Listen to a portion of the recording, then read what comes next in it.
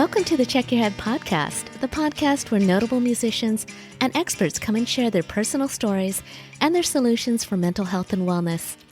I'm your host, Mari Fong, a music journalist and life coach for musicians, and today I'm really excited to say that we hit our 1-year anniversary, and since then, despite all the hardships of 2020, we do have a lot to be thankful for. We appreciate our generous sponsors and partners like Lemon Tree Studios in Highland Park, DBSA San Gabriel Valley, Blue Oak Mastering, and Sweet Relief Musicians Fund, who have all supported our mission to normalize the conversations on mental health and also provide solutions and recovery for mood disorders and addictions, especially for musicians. We're also thankful for the incredible guests who share their stories of hope and perseverance, along with outstanding mental health experts and nonprofits that have helped us understand more about mood disorders and therapies that can lead us to better mental wellness. A big thank you to my associate producer, Sylvia Garcia, and to all our listeners and friends who've donated or supported us on our Patreon page or on checkyourheadpodcast.com. If you believe in our mission and would like to partner with us in 2021, feel free to drop me an email at checkyourheadpodcast@gmail.com. I'd really be happy to hear from you. Today's episode is in loving tribute to Brad Nowell of Sublime. Sublime being a band who influenced so many other bands, including the reggae rock band Pepper from Kona, Hawaii. After releasing 9 albums with hits like Give It Up and No Control, we have as our featured guest today, Yesod Williams, drummer for the band Pepper. As a partner at Law Records, Yesod has spearheaded a compilation CD called The House That Bradley Built, with a variety of artists such as The Descendants, Say Ferris, the Mad Caddies, G-Lev and the Special Sauce, and the Long Beach Dub All-Stars, singing their favorite Sublime covers. All profits will be going to the Bradley House, an opioid rehab center for musicians named after Bradley Nowell, the lead singer of Sublime, who sadly lost his life in 1996 due to a heroin overdose. Our second guest is Bradley's sister, Kellie Nowell, the executive director of the Nowell Family Foundation, who shares more about the Bradley House, along with her family memories of Brother Brad and Sublime. So let's start with Yesod Williams, who shares his story of alcoholism, mental health, and recovery. Thank you for having me on the podcast, by the way. I very much appreciate it. Oh, you're welcome. Thank you so much for being on the show. I'm so excited. Of course, yeah.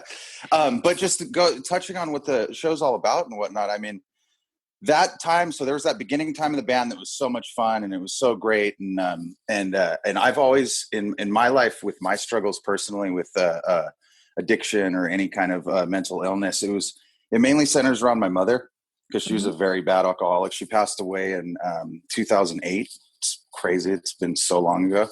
And it was due to just drinking her whole life. I watched the whole thing unfold in front of my eyes. But I want to preface everything by saying she was the most wonderful mother. She took me to my first concerts. She took me to see Metallica in 1989.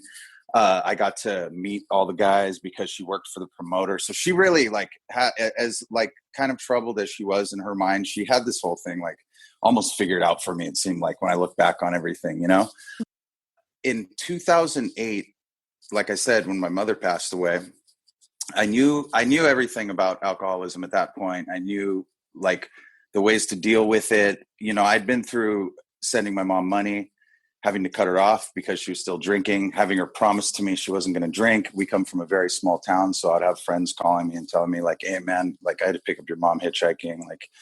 Man, she's not doing it. But in the same time, a small town like Kona kind of enables you to do that kind of thing. So I'd struggled with her in my own right, where I in my eyes, I had a career at that point. I had my shit together. I was able to pay her rent as well. So I was dealing with it from that side of it. I guess you could say from a spectator's side of it. I don't know what the right term would be, but I was trying to help the situation, and then in 2008, I got a call we were in fucking Europe, of all places, in Germany on tour with Flogging Molly. And I'd known for a while, just, my mom was it was so frustrating me. I'd just get mad at her and and through all this, it was such a learning experience of dealing with all the intricacies of alcoholism and everything, and just addiction in general. and also dealing with how it affects with your normal emotions, AKA the love that a mother had for her only child. You know what I mean? Because I'm an only child. So all those things and those intricacies. So flashback to, we're in Europe. I get a call from our old manager and says, hey, I need to talk to you right now or whatever. And this was like in 2008. There wasn't crazy smartphones at that point. So I'm like, okay, hold on. I need to like go find Skype. And she's like, no, you got to call right now, or seriously, go talk to him. And right then I was like, oh shit, like this is like some serious life shit. You know what I mean? Mm-hmm. So anyway, I got the call that my mom was in the hospital. She like was at a friend's the night before, basically went into like some kind of seizure, like gnarly, foaming at the mouth kind of thing, went into the hospital. By the time I got the call, it was the call to see if, to get my approval to basically turn the machines off. Oh you know my gosh, that must be a really tough call. Just, I mean, it seems like it was a long time coming, but as a family member, as a son, you just never think that day is going to come. You know, you might fear it, but then when you're actually faced with it, you're like, you know, that must have been really shocking and I fucking scary. Yelled at this. I yelled at the sky, and I called my auntie, my mom's sister, and I literally was like, you have to deal. I can't. Almost, I was mad. I was mad at the fucking hospital people. You know what I mean? I was like, what are you trying? You're trying to fucking ask me to like turn off the machines to my mother. You know what I mean? It was crazy. It was this wild fucking thing that my emotions, my brain, my everything went through. And I was like just in a weird kind of time at that place anyway. I just like ended a very, very long relationship. I was just like, so anyway, I kind of started spinning into my own kind of tailspin at that point. Mm-hmm. And it was weird though, because I kind of knew it like right when it happened. I'm like, my mom just passed away from drinking. I drink quite a lot out. You know what I mean? I kind of like something entered my brain at that point of like, I don't know, some kind of like guiding light, you want to say it, or something where I knew it. And it was a weird thing because from 2008 to just to like go flash forward, I haven't drank since April 2nd, 2017. That's like one of the fucking greatest decisions I've ever made. So in between that was 9 years though. Mm-hmm. You gotta remember there was 9 years in between my mother passing away and me quitting drinking. So I drove myself through hell. I you know what I mean?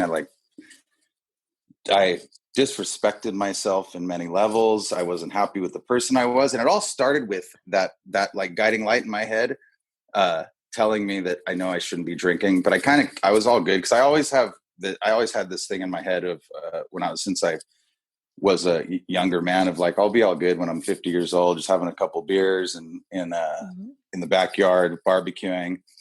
But my lifestyle in that 9 years especially was never going to lead to that because it was the slippery slope. You know what I mean? I just kept on drinking more and more and more and more.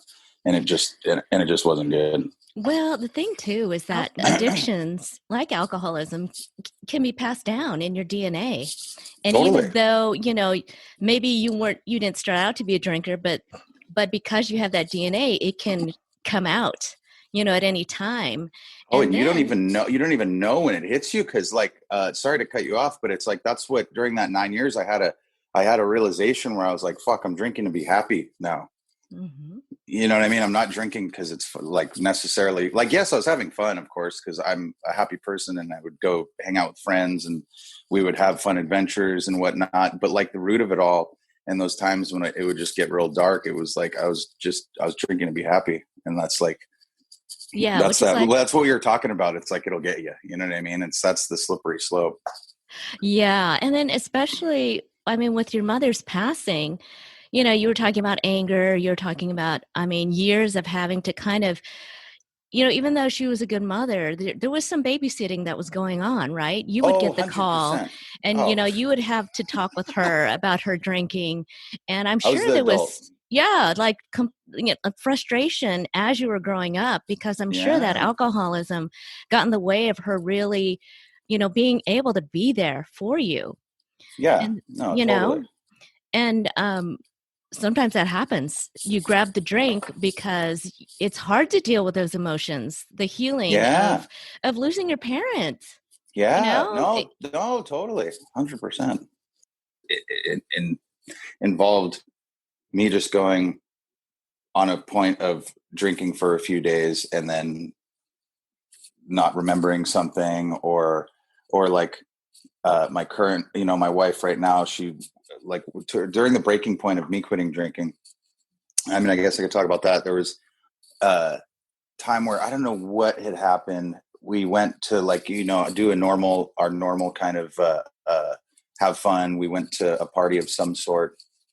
Basically, a few days later, I was still drinking. My wife was at work, and she basically, I don't remember because I blacked out at a certain point, but basically she got a call from our studio engineer at the time that like I had escaped. I'd walked out of the studio because also before that, my wife had called our studio engineer saying she couldn't get in touch with me.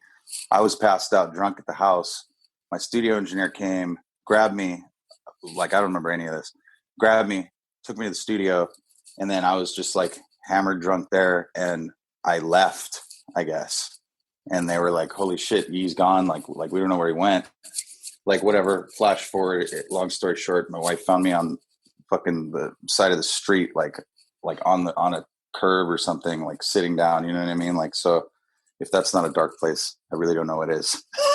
But anyway, so that was just one, after like millions of red flags, like that's like kind of like one of the ones that I'm like, of course with the beautiful love that I have around me, it's like, okay, I got to do something. And then if I can get a little more into what, like you're talking about, how hopefully I can help other people out to be fortunate and grateful enough to be on the other side and telling this story.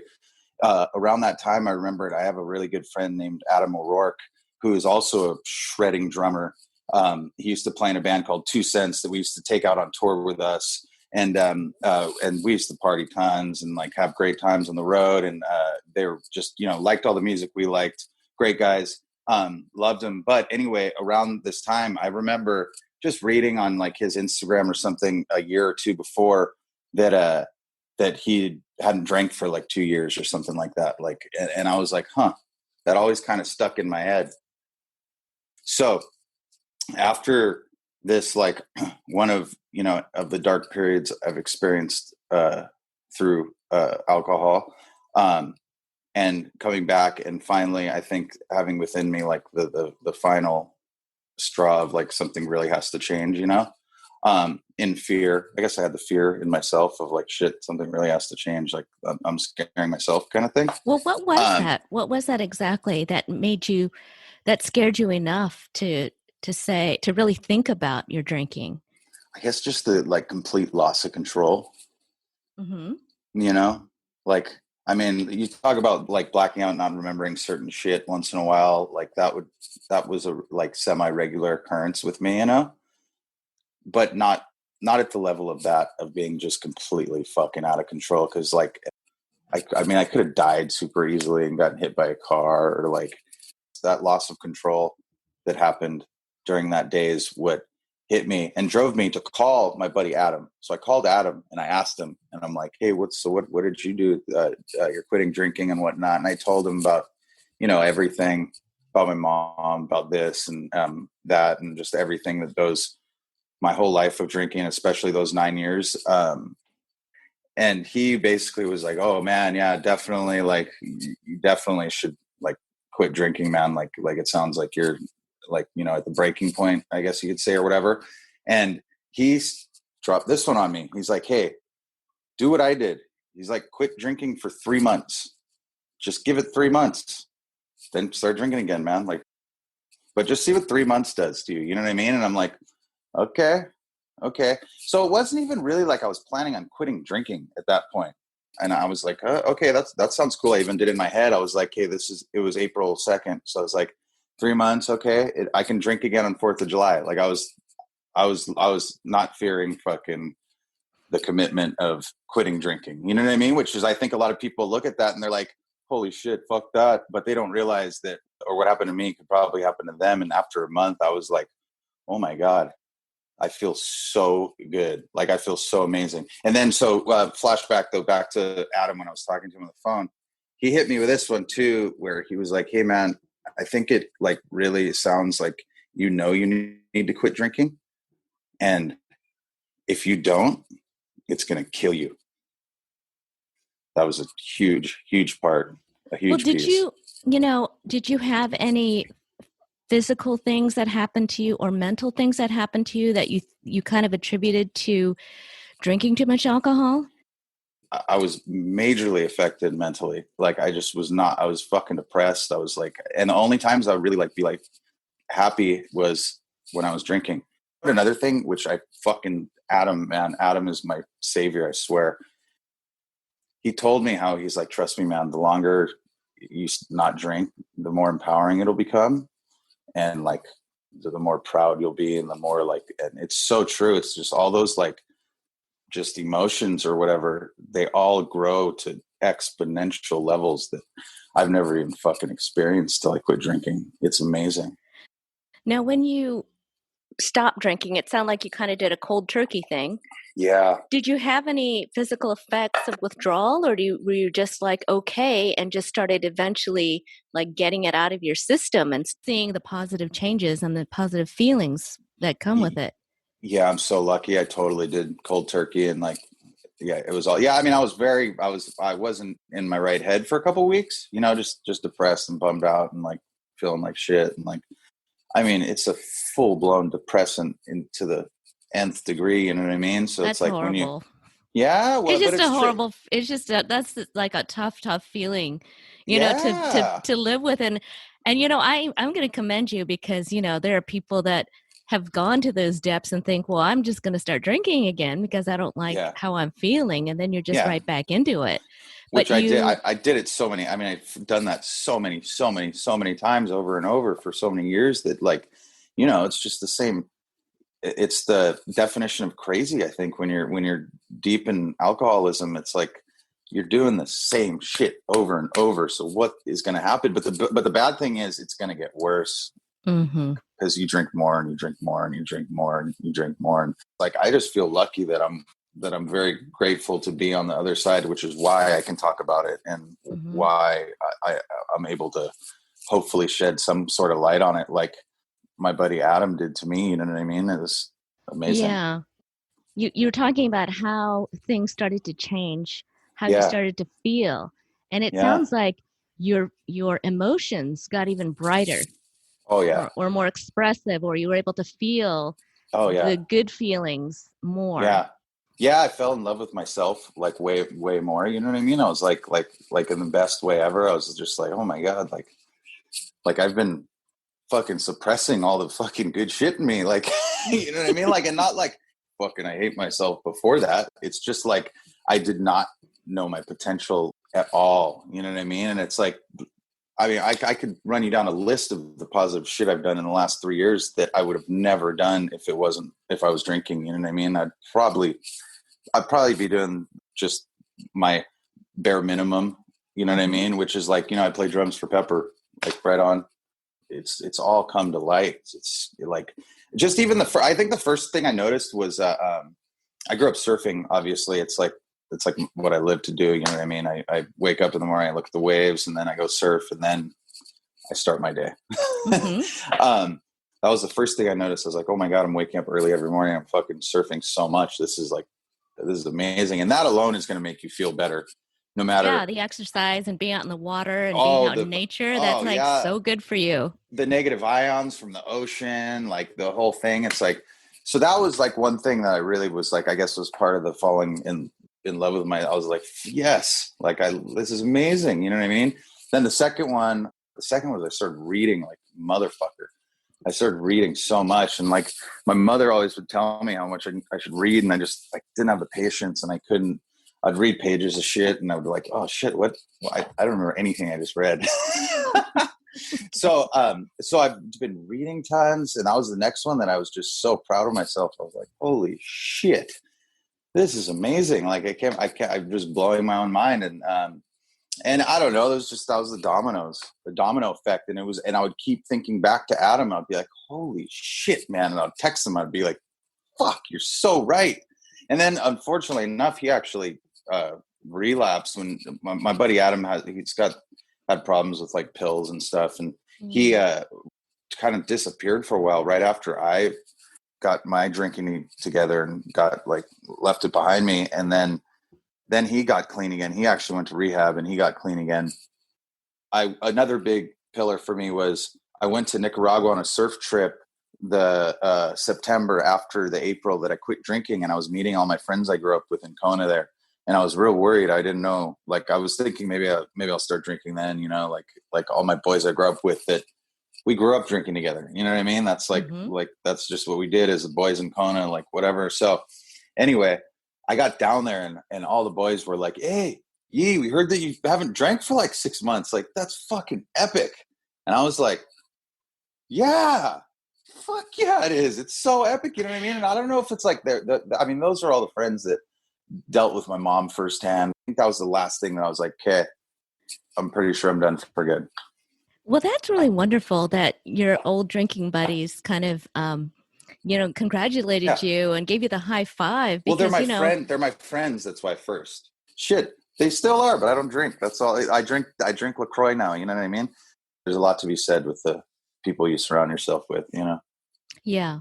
Yeah. Because you could have been surrounded by friends that were trying to pull you the other way, right? Like, come on, you can have a beer. You can have a couple beers, know.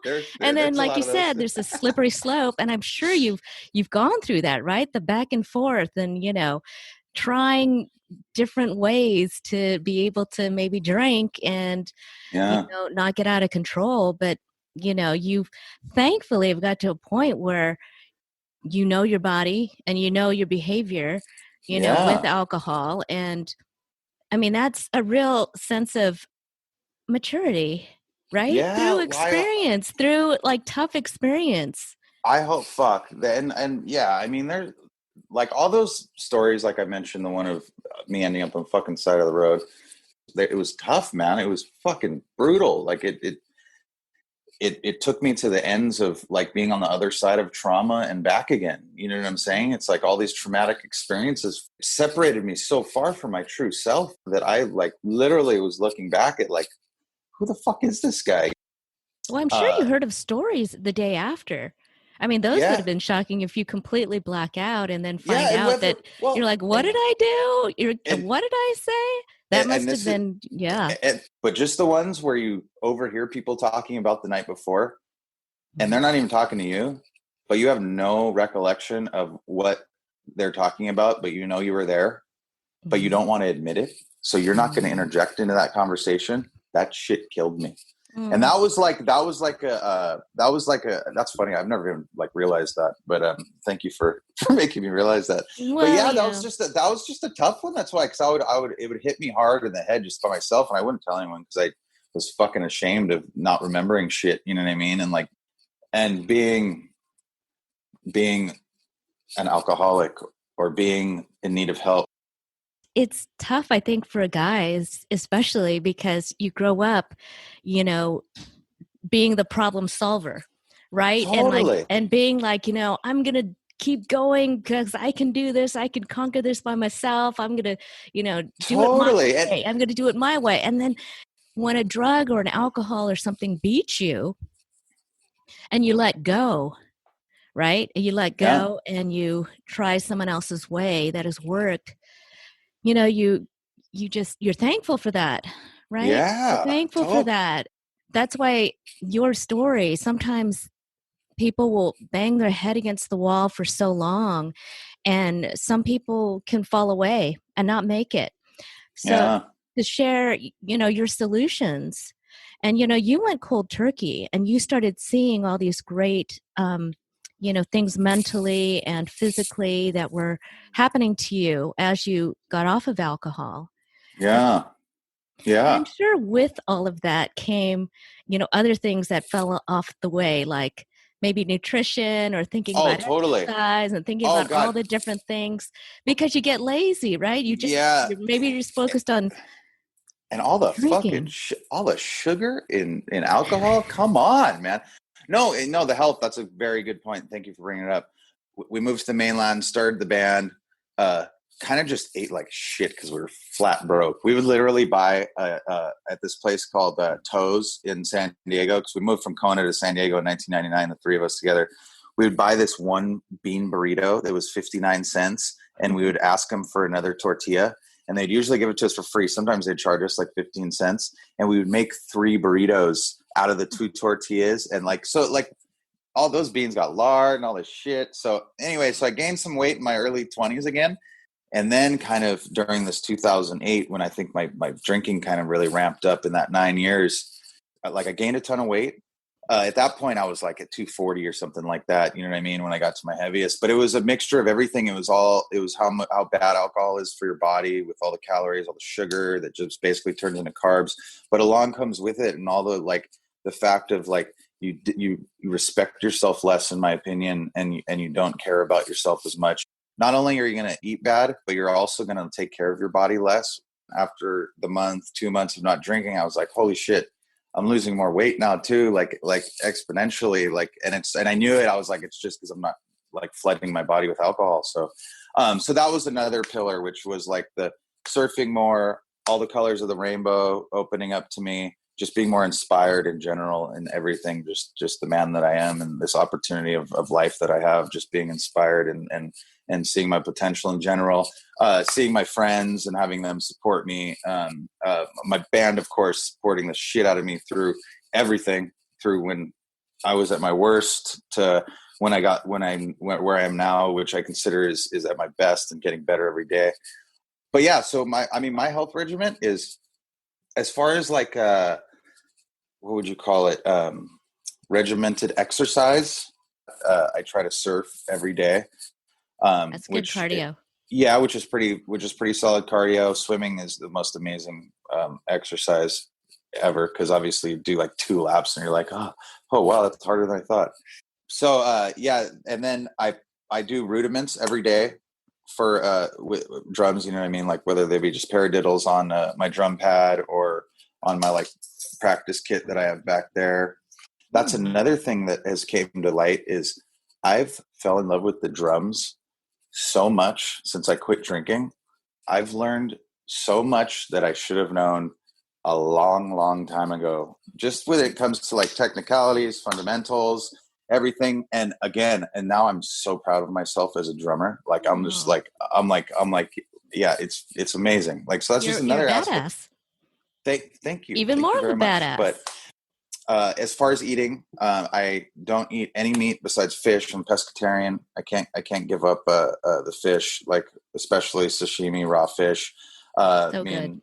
Yeah, it's amazing. And I try to steer away from a ton of mercury and whatnot. But the ahi is also kind of what we were bred on back growing up in Hawaii. So the one, like my vice these days, it kind of seems like it kind of replaced the alcohol, is ice cream and cookies. So that's like the bad part of my regimen, I guess, because like that's my cheat, is the cookies and ice cream. I just like, oh man, it's so good.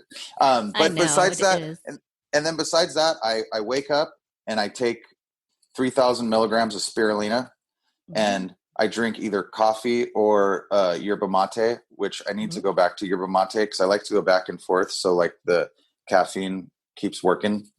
And I don't eat breakfast. That's probably might be a controversial one. I eat a light lunch, and then I'll have dinner, and then I'll have some ice cream. Oh. And then I'll have some ice cream. It's a nice treat. It's a nice treat, hey. Yeah. But that's pretty much how I eat every day. I kind of don't, whether I'm on tour.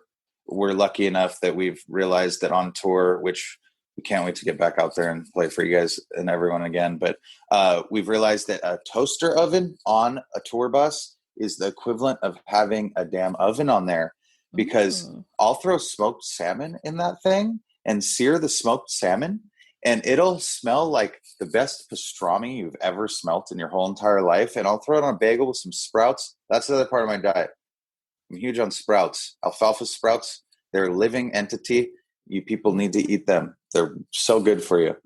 And nutritional yeast too. I put nutritional yeast on almost like anything. It's amazing. You know what? I do that too. Yeah. And, you could put it on top of spaghetti because it kind of tastes a little like cheese, but it's Yes. got It's all this very hearty. great B vitamins, And right? probiotics. Yeah, and the thing about B vitamins is that not only does it give you the energy, like the mental Yeah. energy and the physical energy, but it Yeah. also steadies your emotions. It steadies your mood. So it's Yeah. something, we get frustrated or there's roadblocks in the day. We don't get as Yeah. frustrated. We just, Yeah. there's a sense of just this wonderful calm, but Yeah. also, being excited about life Yeah, and, totally. And being it's got energetic. totally, it's got a cerebral thing too, where it's like it gets you going in the brain too. You know what I mean? Well, I also So saw, talking about you being motivated and doing all these things. I know that you are a partner in Law Records, which is yeah, putting out, the house that Bradley built, the CD. And we've yeah. got to talk Oh about man, that because that is yeah. such an incredible project. Oh man. Tell me about that project and how you got involved with it. Yeah, totally. So Law Records is it's our record label, the band. It's Pepper's record label. The three of us are the three partners, and just quick history. My dad actually started it in 1983 because he had a band called The Law.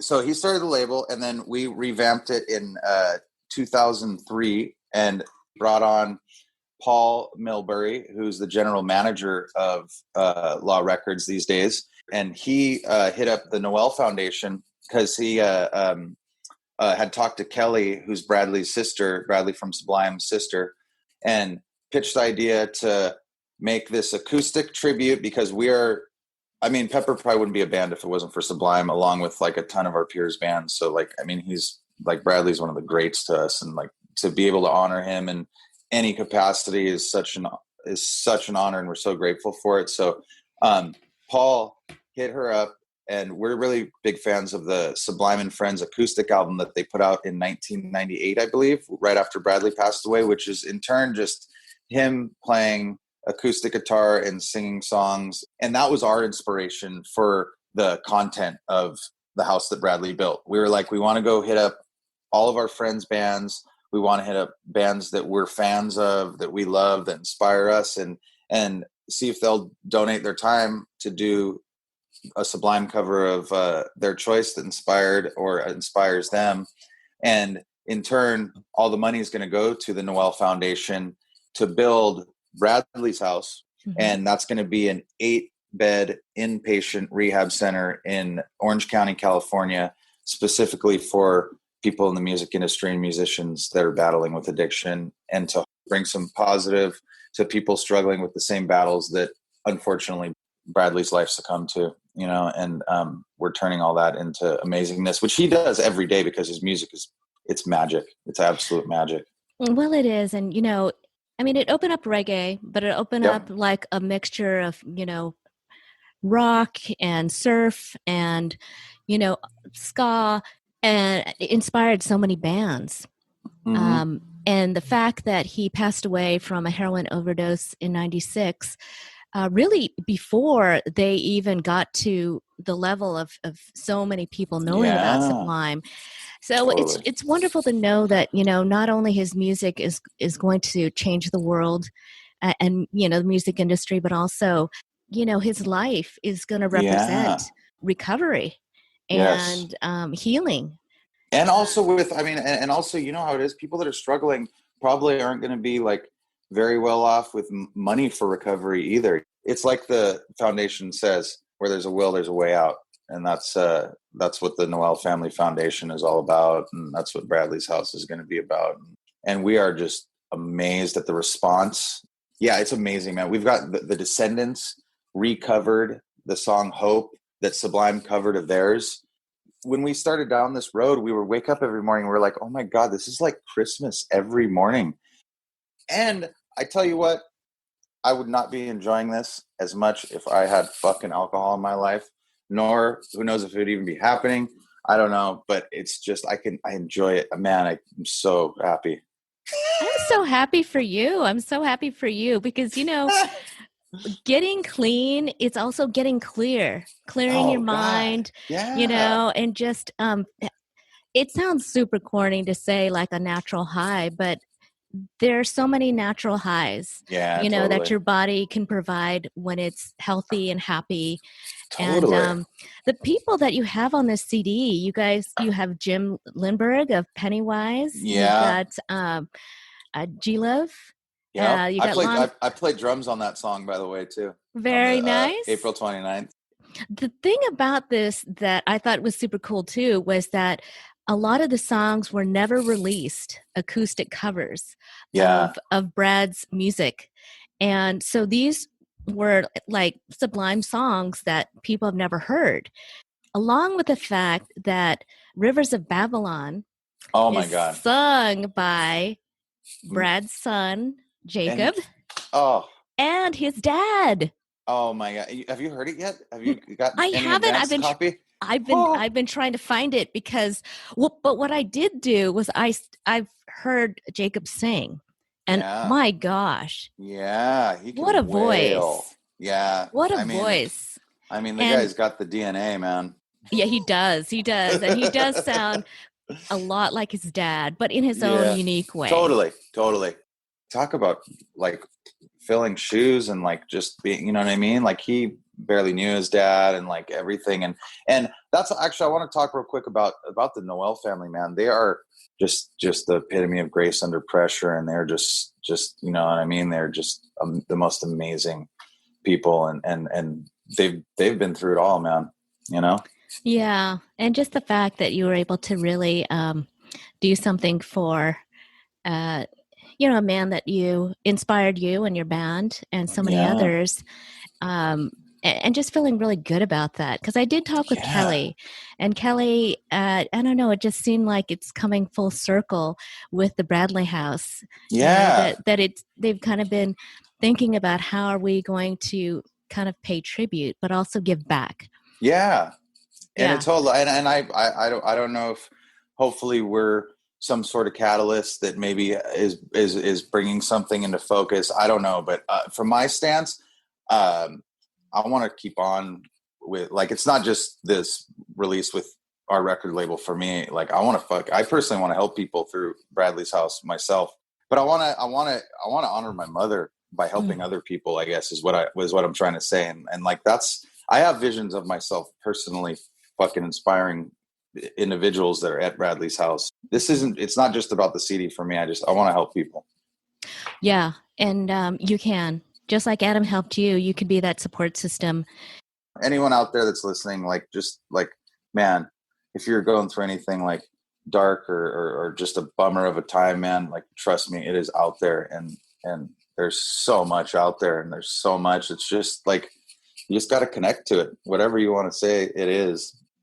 I've definitely keyed into something, and shit just keeps happening. And I'm so thankful for it, you know? Well, I do believe that when people go through something really difficult, they're tested and they come out the other side and they're able to really give back and help out. I think gifts do come to you. The gifts will come because there is a graciousness and a thankfulness from beyond. I know that sounds corny, but I know you feel it, and I know that you feel that, your mom is proud. And I was talking with Kellie, and she, as she was talking about Brad, I just was getting chills the whole time. Oh, yeah. Yeah. And, to me, that's sort of like the sign from above that you're doing good work. Totally. Well, thank you so much, Yesod. Yeah. You're pretty awesome. Yeah, and thank you for being on the Check Your Head podcast. Hey, my pleasure. And I love the name because the Beastie Boys reference. I love it. Absolutely. Yeah. Yeah. They rock. All right. Much love, Mari. Our next guest is Bradley Nowell of Sublime's sister, Kellie Nowell, the executive director of the Nowell Family Foundation. Kellie shares her story of family addictions and how Bradley's House will pay tribute to her brother by helping other musicians get off opioids through detox and therapy. We'll begin with Kellie talking about how the idea for Bradley's House first began. About 3.5 years ago, my nephew, Jacob, Brad's son, was in rehab, and I was sitting there talking with Todd, who's an old friend of my brother's. So Todd and I were having lunch, and he said, what do you think about this? What do you think about opening a a place for musicians where they can get help, and it'll be a nonprofit and we can raise money and blah, blah, blah. I thought, oh, that's a wonderful idea. Of course, I started crying. I'm a crier. And I was like, oh, that's great. Just let me know. I'll do whatever you need me to do. And somehow that turned into running it. But, it's been such an incredible journey so far. And we don't even have the house open yet.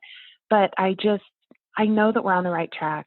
COVID has sort of taken over the whole opioid epidemic, but that still exists, just because we're not talking about it so much anymore. It still is a problem all over the country. And we just kind of felt like, if we could just help musicians start where we are with what we know and help people in the music industry, give them a place where they can recover, regardless of whether they have any insurance or financial support, a place where they can get the help that they need, surrounded by other like-minded people. And then we'll hopefully carry that into their sobriety, because, being sober as a musician is not an easy thing. And we just felt like there was a huge power in that. And, musicians are such influencers that then they go and help their sphere of influence and have that positive impact on all the people that are their fans. And, in that way, we can really hopefully have an exponential impact on this whole opioid epidemic that our country is suffering from. And so, we can't help everybody, but we have to start somewhere. And sometimes it feels kind of daunting when the problem is so huge. But I do feel really good about what it is that we're doing and what we're trying to accomplish. And I do feel like Brad would be proud. It's an opportunity for us to bring, this is what I always say, we're sort of uniting the music industry and the fans together to come up with a solution for people that are struggling. So we've had a tremendous response from the Sublime community and people that loved Brad. And, here we are over 25 years after he passed away. And there's still so many people that are daily touched by his music, and they'll reach out to us and tell us how much it's impacted their lives. And, it got them through their struggles and into recovery. And, so it just feels right. It feels like this is the right thing that we should be doing with, the connections that we have, and by just reaching out to people that want to help and want to make a difference, but don't know what to do and don't know how to do it. You mentioned Todd Z-Man Zelkins, who was one of Brad's best friends. And I read about how he also battled 17-year addiction to opioids. And hardcore addiction. Yeah. I was floored, I think they said he was, taking up to 100 Vicodin pills a day. He's now become an addiction counselor and a speaker and also a co-founder for the Nowell Family Foundation. You mentioned Bradley House, which is really kind of the core of the foundation, is putting together this rehab center. Can you tell me more about the plans for the rehab center and what your goals are with it? Yeah, absolutely. Our plan right now is to have it down in South Orange County. And the plan is to start with a 1-week medical detox in a medical facility, and then a 90-day program in the house. And initially, this house will, of course, just be for guys, because I do believe that there's much stronger outcomes with gender-specific recovery and treatment. And it'll be a 6-bed treatment program. So we're looking at, best case scenario, helping 24 guys a year, and then helping them transition into a good quality sober living program and beyond. One of the things when my nephew was in recovery that we realized is that he was gravitating towards other musicians in the group, or other musically inclined people in the program, and then even continued to stay in contact with them afterward. And that was a huge part of his recovery process, having music be a part of it and connecting with other people through music. And so that's what I see as being really unique and special and strong about our program too, is incorporating music into the recovery process, but also having those other people that come from the same background, have the same passion, but also are going to have the same struggles of staying sober in the music industry. One thing I was reading about Brad was that it seemed like he had a public persona, but he also had a private persona. Did you feel like there was a difference there? And sometimes with that difference, maybe you could explain the difference in the two personas. That could be conflicting, in your mind, and that could Right. kind of mess with you, I mean, how would Yeah, you describe that with Brad? I think that, anybody who is the lead singer of a band has to have a stage presence and a stage persona and, sort of put that on. And for some people, that is the same person that they are off stage. But I think for many people, it's not. It's very different. And that was certainly the case for Brad. He was a very different person off stage, much more introverted, introspective. But I do think that helped to define his stage persona as well, because he was very much about being genuine in his music. He never was putting on an act when he was on stage. He was never trying to please people. He had to play music. He needed to get it out. And so that's what he did. And obviously, he hoped that people would like what he had to offer. But at the same time, even if they didn't, he was not really constrained by that, for better or for worse. A lot of people make reference to the fact that, you never knew what you were going to get when you go to a Sublime show. And it's so true. Sometimes you go and they were just on and they were incredible and just had this amazing energy and presence. And other times they were so wasted that, Brad would forget the words and they'd fuck up the music. And, it's just, you just didn't know what you were going to get. And I think that, that sort of speaks to what he was dealing with. A lot of his drug use was, in the later years especially, was because of his music. His experiment with heroin was because he thought that it might make him more creative, and he felt the pressure to perform and the pressure to deliver, fresh and new music. And so I think, obviously he already was struggling with issues prior to using heroin, but once that got its hooks into him, that was the biggest struggle that ultimately took his life. So I think the difference between who he was on and off stage also played into, his drug use and addiction. The podcast is all about mental health, and oftentimes addictions are kind of tied to mental health struggles. Now, growing up with Brad, did you notice anything that you think could have been a mood disorder or something that might have, further led up to his addiction? Yeah, absolutely. I mean, we had two loving parents, but we were what I jokingly call the typical American family, multiple marriages and step siblings and half siblings. And so it was chaotic. And both Brad and I struggled with that and dealt with it in different ways. And one of his ways of dealing with it was to start using early on. And he did struggle with, I think now they would have diagnosed him ADHD. He took Ritalin as a kid. Mm-hmm. And, so he obviously there were some sort of diagnoses there, but he struggled with a lot of things. And I think if he were still alive now, looking back over the last 25 years, he would have struggled with depression and anxiety and a lot of those things that they run in our family for sure. There's a genetic component, but we use drugs and alcohol to self-medicate and to deal with those things and to quiet the voices in our head. And so, yeah, I definitely believe that was a big part of his drug use as well. But definitely, a lot of mental health issues there. I don't think you can separate the two. I mean, I'm sure there's here and there the occasional person that suffers from substance use disorder, but doesn't necessarily have a mental health issue. But I think the norm is more that they coexist. You were talking about the Sublime fans, and you know what? They keep growing every day. Right.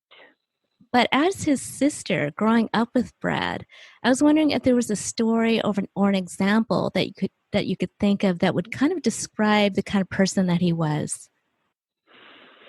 Oof, boy, that's a good question, Mari. I don't know that I could describe the kind of person he was with just one story. It would be a collection of stories. But, at one time he would be we'd be on a road trip in the back seat and he's cracking me up with all those different voices. Like he could imitate any accent. And I mean, I was 2.5 years younger. So there was probably a component of, that wonderment and, here's my big brother and he can do anything. Cause I truly believe that he could do anything when I was younger, but he would speak and I'd be like, oh my gosh, how do you know German? But he was just doing that accent. So it didn't surprise me that he grew up to be fluent in Spanish because he had an ear for languages and he could be very entertaining, but then in the same road trip, our parents would be screaming at us to, stop hitting each other. So, or more likely for him to stop hitting me. I was much more peaceful than him, but he had the violent, angry side, and then he was also protective, and so it really really swung the gamut of things. But it was the fact that he was all those things, and for me, having just a lot of chaos growing up, he was the constant for me, and so I felt protective of him as well, but I also looked up to him and wanted to support everything he was doing. I would go to the shows just because it was him, he could have been playing any music, quite honestly. It wouldn't have mattered, good or bad, any genre. And I would have been there, standing there, happy to hear him, So to me, as his sister, he was just one of those people that was able to integrate himself into what he did. And I admired that so much about him, that even when he got on stage, he wasn't putting on an act. It was just a different aspect of him, a different side of him. But, he was very intelligent, very well read, very introspective, an overthinker for sure. He didn't do things lightly. He would read books about the music industry and how to, make a music deal and all this kind, it's just, he was very, but then he would, go out and party and people just thought, he's wild and crazy. And so there were just all these different sides of him that he somehow managed to pour into his music. And that's what I think people respond to, the fact that what he's singing about and the way that he's doing it is really, really genuine. It's just, he's all the pieces of him coming together.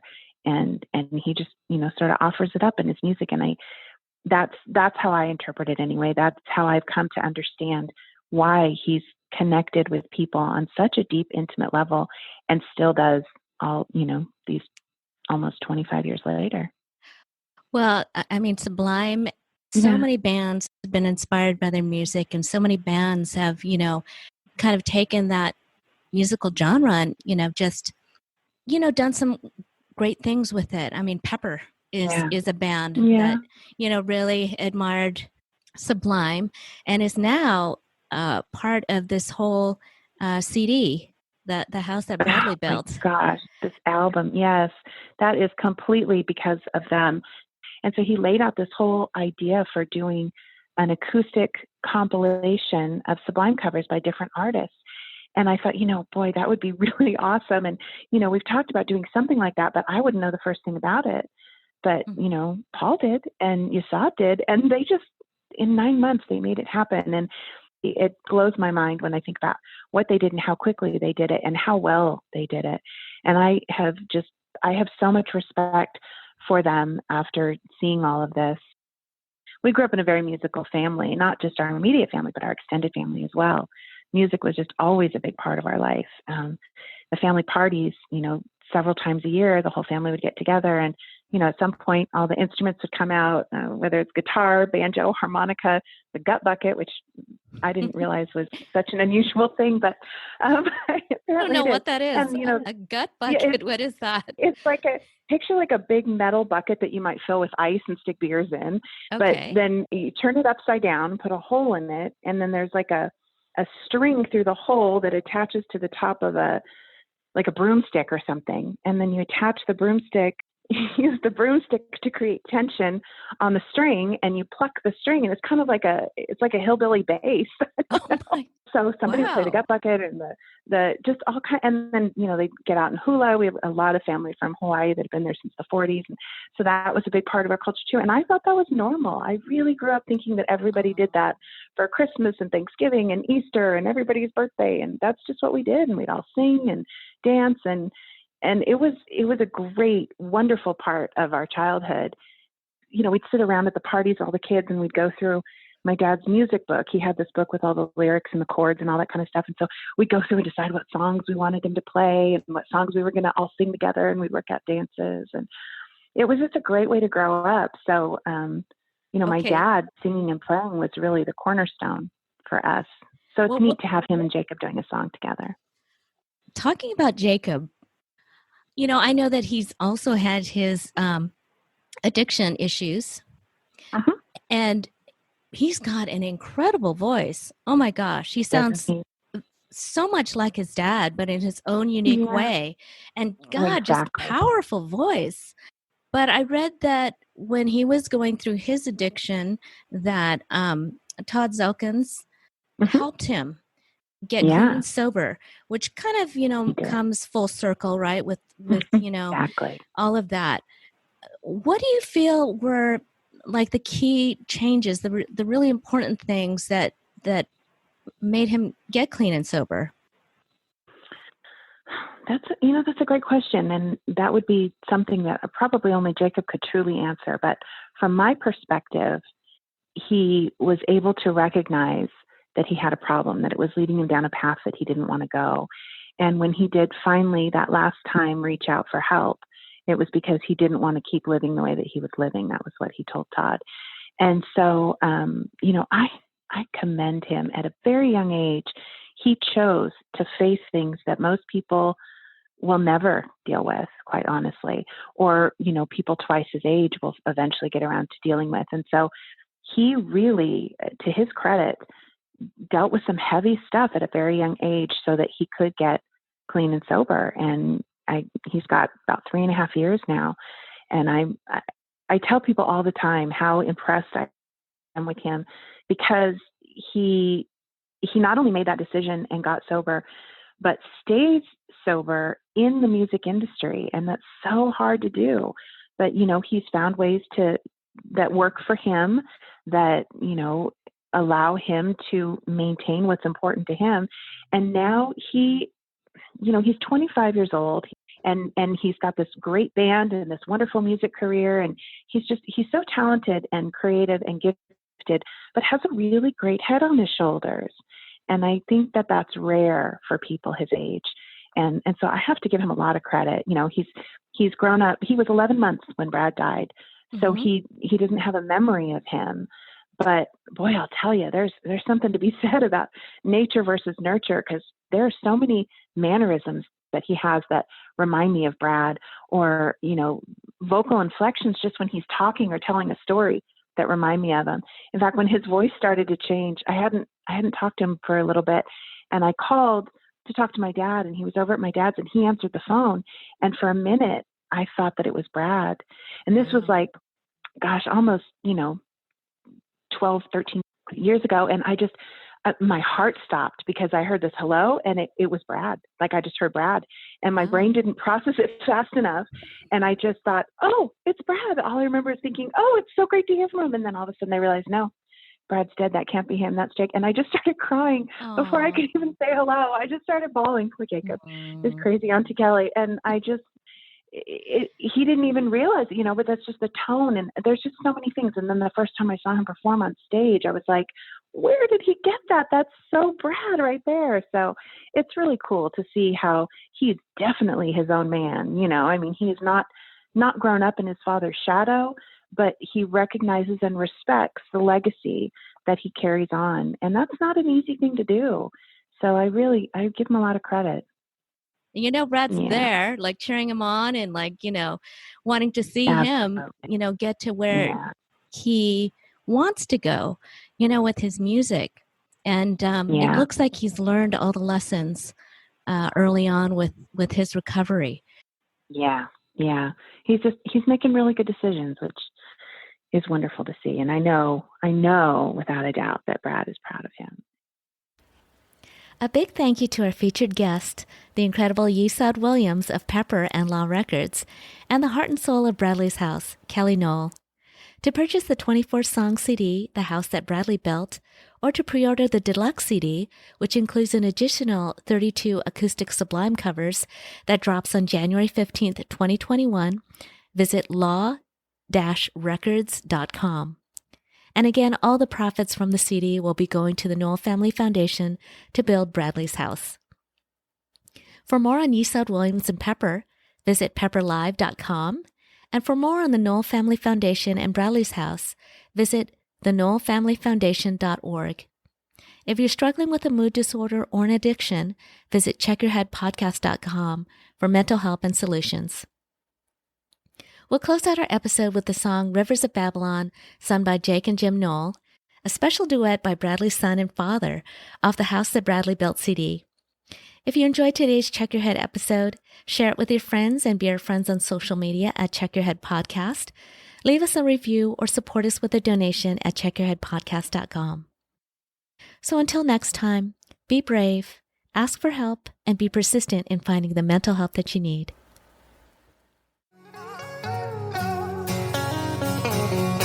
By the rivers of Babylon, where we sat down, and there we wept when we remembered Zion.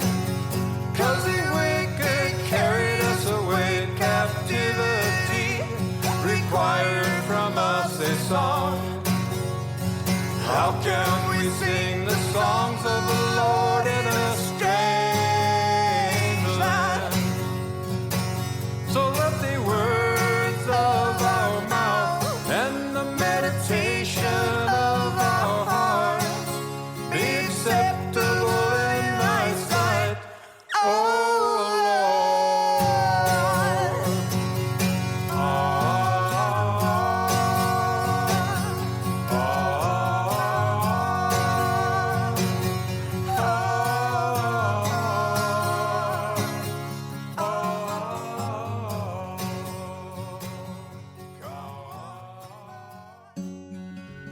The Check Your Head podcast is kindly supported by DBSA San Gabriel Valley, Lemon Tree Studios, and Blue Oak Mastering and Podcasting in Los Angeles. Visit our website at checkyourheadpodcast.com, where you'll find free and affordable resources for mental health, and where you can also support us by donating or subscribing to our Patreon page. Thank you so much for liking and following us on Facebook and Instagram at Check Your Head Podcast. And the Check Your Head podcast is sponsored by a 501c3 nonprofit, so all donations are tax deductible. Thank you so much for listening and for your support.